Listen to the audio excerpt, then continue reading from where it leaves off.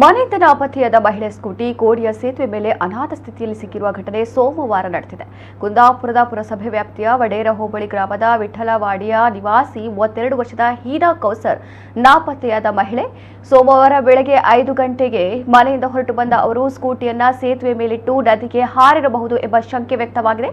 ಸ್ಕೂಟಿಯಲ್ಲಿ death ಪತ್ತೆಯಾಗಿದೆ. ಬೆಳಗ್ಗೆಯಿಂದ ಸಂಜೆವರೆಗೂ ಕುಂದಾಪುರ ಪೊಲೀಸರ ನೇತೃತ್ವದಲ್ಲಿ ಅಗ್ನಿಶಾಮಕ ದಳದ ಸಿಬ್ಬಂದಿಯಿಂದ ನದಿಯಲ್ಲಿ ದೋಣಿಯ ಮೂಲಕ ಹುಡುಕಾಟ ಕಾರ್ಯಾಚರಣೆ ನಡೆಯಿತು. ಆದರೆ ಸಂಜೆವರೆಗೂ ಯಾವುದೇ ಸುಳಿವು ಪತ್ತೆಯಾಗಿಲ್ಲ. ಕುಂದಾಪುರ ಠಾಣೆಯಲ್ಲಿ ನಾಪತ್ತೆ ಪ್ರಕರಣ ದಾಖಲಾಗಿದೆ. ಪತಿ ಇಕ್ಬಾಲ್ ವಿದೇಶದಲ್ಲಿ ಉದ್ಯೋಗದಲ್ಲಿದ್ದು ದಂಪತಿಗೆ 2 ಮಕ್ಕಳಿದ್ದಾರೆ. ಹೀನಾದ ತಾಯಿಯೊಂದಿಗೆ ವಿಠಲವಾಡಿಯ ಮನೆಯಲ್ಲಿ ನೆಲೆಸಿದ್ದು ಸೋಮವಾರ ಬೆಳಗ್ಗೆ 5 ಗಂಟೆಗೆ ಮನೆಯಿಂದ ಹೊರಟು ಬಂದವರು ಸ್ಕೂಟಿಯನ್ನ ಸೇತುವೆ ಮೇಲಿಟ್ಟು ನದಿಗೆ ಹಾರಿರಬಹುದು ಎನ್ನಲಾಗಿದೆ. ಅವರ ಚಪ್ಪಲಿ ಸೇತುವೆಯಲ್ಲಿ ಪತ್ತೆಯಾಗಿದೆ. ವಿಚಾರಣೆ ಮುಂದುವರೆದಿದೆ.